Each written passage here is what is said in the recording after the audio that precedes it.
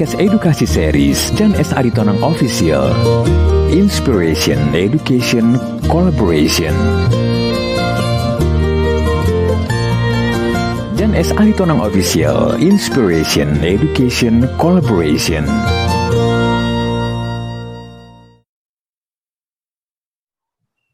Selamat sore, selamat malam saudara-saudara sekalian. Mudah-mudahan bisa mendengar suara saya ya. Malam Pak.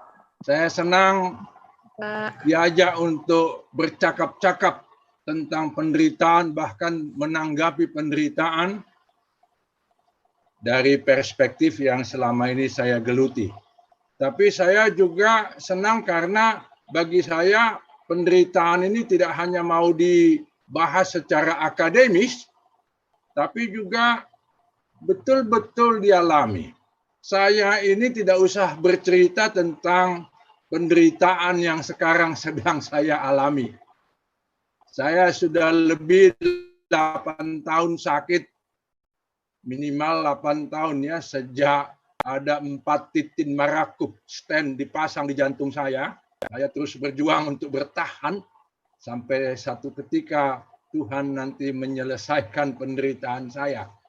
Tadi pagi jam 6.15 saya naik sepeda ke rumah sakit untuk memeriksakan darah saya di laboratorium. Lalu tadi 3:30 saya ke rumah sakit yang sama naik sepeda untuk mendaftar berkonsultasi nanti dengan dokter malam ini. 6:30 nanti saya harus di rumah sakit yang sama lagi untuk bertemu dengan dokter. Dan itu adalah dokter yang keempat yang saya temukan, atau saya temui minggu ini. Minggu yang lalu entah berapa kali dan berapa orang, minggu depan dan seterusnya. Jadi bagi saya penderitaan itu lumayan enak ya, dan lumayan konkret. Saya nggak tahu di antara 163 partisipan sini berapa yang menderita, tapi saya pasti tahu bahwa dunia ini sekarang menderita. Nah, saya tidak mampu membuat PowerPoint yang powerful. PowerPoint saya ini sangat powerless dibandingkan dengan PowerPoint-nya Agustina yang cantik tadi, secantik orangnya. Jadi mohon pengampunan kalau PowerPoint saya ini lemes, kurang berwibawa. Sesuai dengan judul yang diberikan kepada saya, sama seperti kepada Agustina, tapi dia berdasarkan perjanjian lama atau teologi perjanjian lama, khususnya Ayub. Saya akan membahas pokok yang sama dari perspektif sejarah gereja atau sejarah kekristenan. Tapi saya mau menyelipkan sedikit catatan untuk mulai dengan merespons kawan saya Agustina juga. Ayub ketika dijumpai oleh kawan-kawannya, kita baca di Ayub 16 ayat 2 berkata, penghibur sialan kalian semua. Semoga yang nanti saya sampaikan tidak menjadi penghiburan yang sialan. Mudah-mudahan ada gunanya. Saya akan share screen ya sekarang. Saya memulai presentasi ini dengan mengutip sebuah kalimat atau 2 kalimat dari seorang rekan yang bernama Satanun Bunyakyat dari Thailand dalam artikelnya dalam Global Dictionary of Theology. Dia katakan, suffering is a universal experience of humankind, undesirable for people of all ages, races, statuses, and religions. Throughout history, particularly in the Western world, the reality of suffering has often been seen as the strongest argument against the omnipotent and loving God of Christianity. Jadi ini adalah pengalaman universal semua manusia, dan nanti kita akan lihat bahwa bukan hanya manusia yang menderita. Semua ciptaan Tuhan juga menderita. Nah, topik atau masalah penderitaan ini sering didiskusikan dari berbagai perspektif, termasuk dari filsafat dan teologi, dan ini sering juga dikaitkan dengan kejahatan maupun dengan teodise. Teodise itu pemahaman tentang kebaikan Tuhan ataupun juga upaya membela Tuhan. Pertanyaan yang biasa muncul kan, kenapa penderitaan terjadi? Tapi ini kan pertanyaan yang terlalu umum. Ada pertanyaan-pertanyaan yang lebih penting, apalagi kalau kita mau menjawabnya dari perspektif teologi, termasuk juga dari sejarah. Sejarah kekristenan itu bagian dari teologi. Teologi penderitaan atau theology of suffering harus berupaya memberi gambaran yang berbeda tentang penderitaan umat manusia dan juga menjawab pertanyaan-pertanyaan di seputar itu. Kenapa terjadi penderitaan, bagaimana seorang harus menanggapi penderitaan, dan sebagainya. Nah, tentang pertanyaan-pertanyaan tadi ada macam-macam jawaban. Saya hanya mencatat 2 jawaban, antara lain yang ditulis oleh Profesor Brinkman melalui Pak Steinbrink. Dia katakan, yang pertama, manusia tidak betul-betul mampu memahami rencana Tuhan. Kejahatan di dunia ini mempunyai makna tersembunyi dan tersendiri di mata Tuhan. Dan manusia tidak atau belum mampu memahami makna itu. Lalu jawaban yang kedua, di samping Tuhan adalah baik dan maha kuasa, ada juga wujud atau dimensi lain tentang kehidupan kita yang jahat. Mau disebut setan, iblis, hawa nafsu, dan sebagainya. Bahkan berdasarkan jawaban kedua ini, ada juga yang mengatakan bahwa selain Tuhan itu baik, atau diyakini baik, Tuhan itu juga bisa jahat. Tuhan itu bisa merupakan wujud yang jahat dan kejam. Itu antara lain dikatakan oleh Marcion dan paham manicheisme. Nah, nanti kita bisa diskusikan, apakah memang Tuhan itu hanya baik atau kadang-kadang Tuhan itu jahat juga. Tadi si Agustina bilang Ayub marah sama Tuhan. Bukan hanya Ayub yang bisa marah sama Tuhan, kita juga mungkin bisa.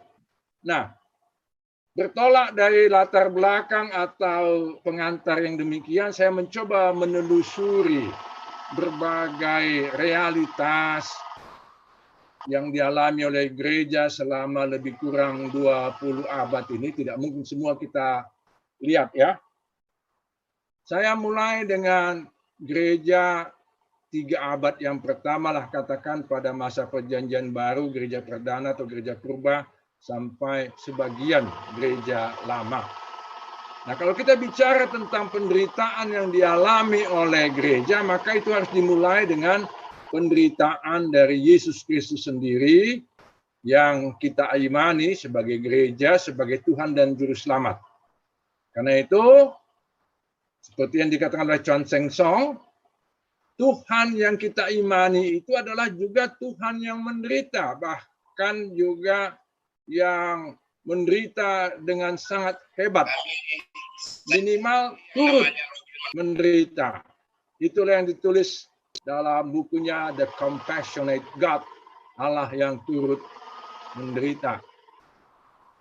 Perjanjian baru, entah itu kitab-kitab Injil maupun surat-surat para rasul, bahkan sampai Wahyu juga penuh dengan kesaksian tentang derita, baik derita dan kematian Yesus maupun juga derita umat yang beriman kepadanya. Tapi kemudian kalau kita baca sampai ke kitab Wahyu, derita ini disusul dengan yang dikatakan Agustina tadi, happy end. kebangkitan dan kemenangannya atas derita dan maut, bahkan pengakuan gereja bahwa Dia adalah Tuhan dan Juru Selamat yang menang, yang akan datang kembali menyempurnakan kemenangannya. Inilah yang oleh Bapak Gereja Augustinus antara lain dikatakan sebagai Ecclesia Triumphant, gereja yang menang, sama seperti Kristus yang menang. Nanti kawan-kawan bisa bernyanyi dari Kidung Jemaat 250, apa itu judul lagunya? Batu Penjuru Gereja. Ayat terakhir itu dikatakan gereja yang menang. Saya yakin, paling tidak sebagian kita yakin bahwa gereja itu menang ya. Tapi kapan itu ya Tuhan yang tahu.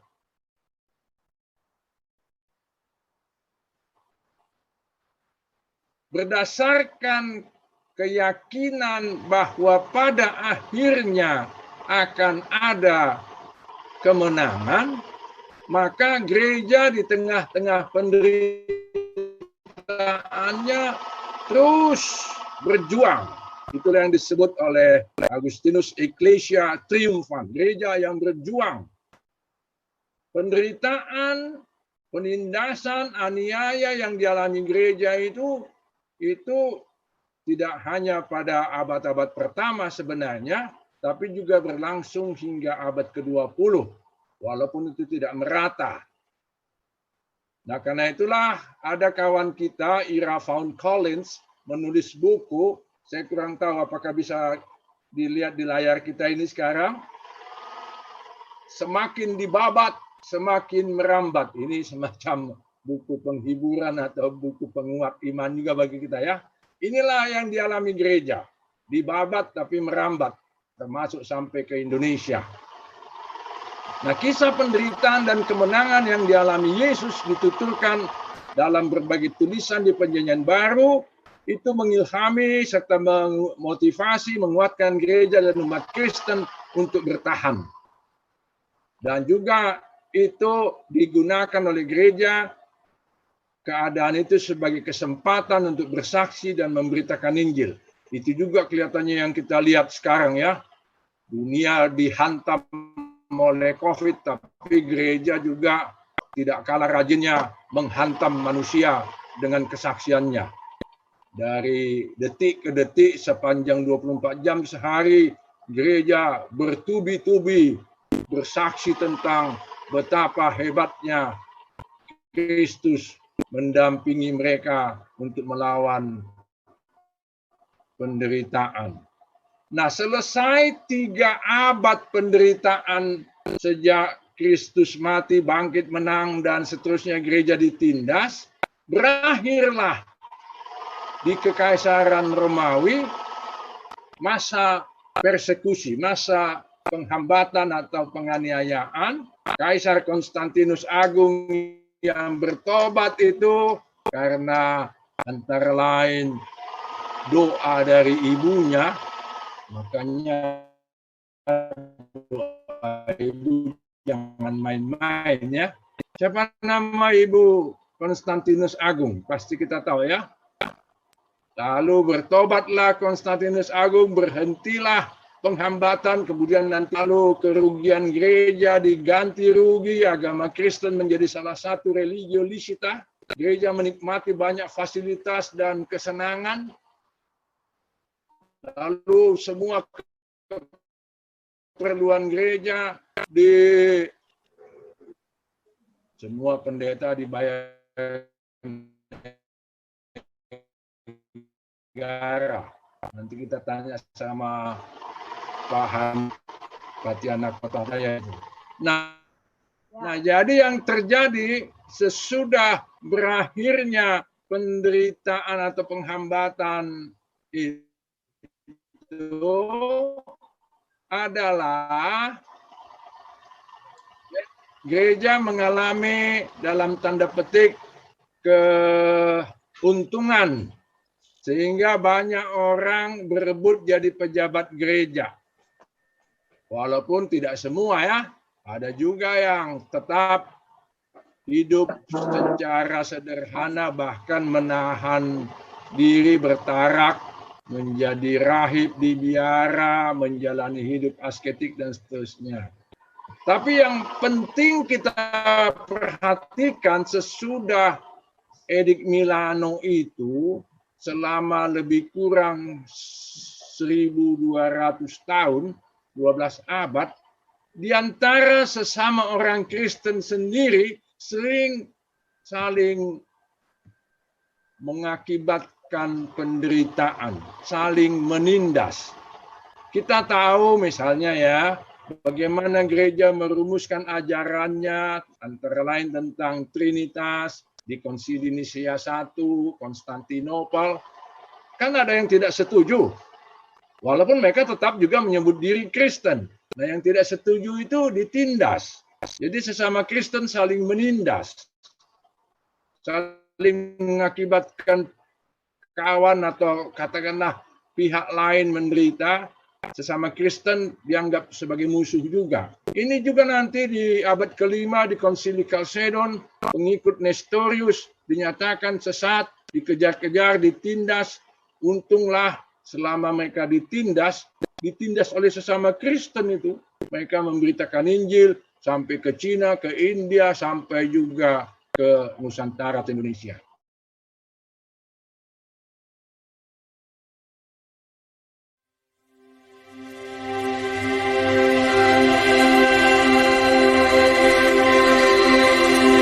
Sebuah perspektif tentang bagaimana merespon berbagai penderitaan yang terjadi dalam konteks sejarah gereja atau sejarah kekristenan dalam aspek teologis historis di dalam Alkitab, serta sejarah panjang penderitaan di berbagai penjuru dunia maupun zaman dan abad dalam beragam sebab dan akibat.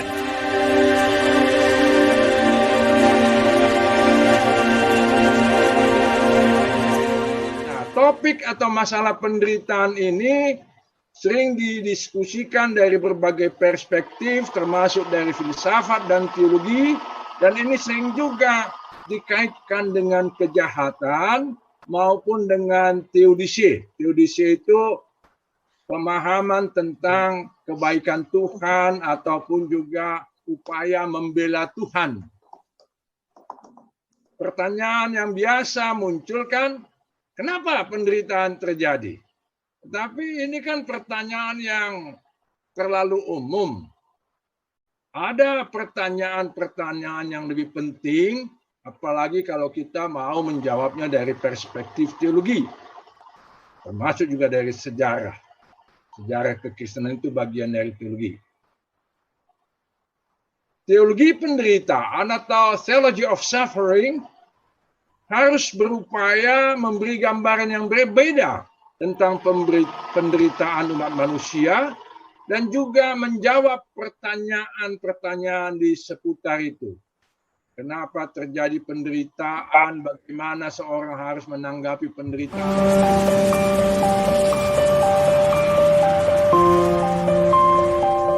Sebuah perspektif tentang bagaimana memaknai penderitaan sebagai salah satu sikap hati dan panggilan orang percaya, sebagaimana Yesus Kristus Sang Juru Selamat adalah Tuhan yang telah lebih dulu menderita.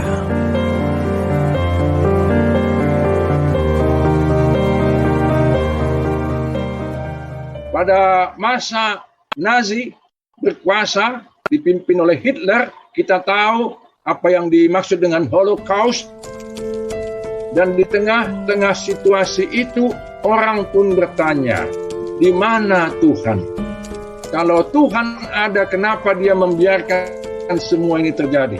Jürgen Moltmann yang dikenal sebagai teolog pengharapan, dia mengatakan Tuhan ikut menderita, Tuhan ikut duduk di kursi listrik.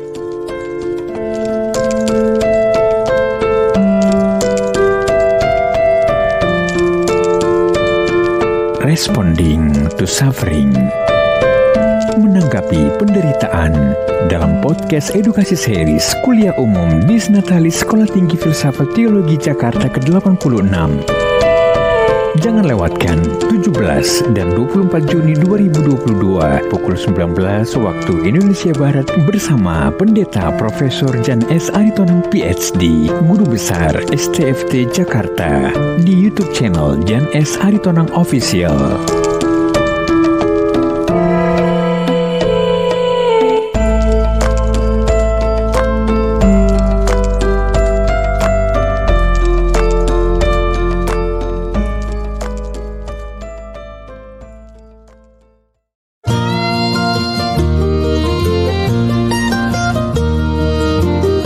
Podcast edukasi series Jan S. Aritonang Official. Inspiration, Education, Collaboration.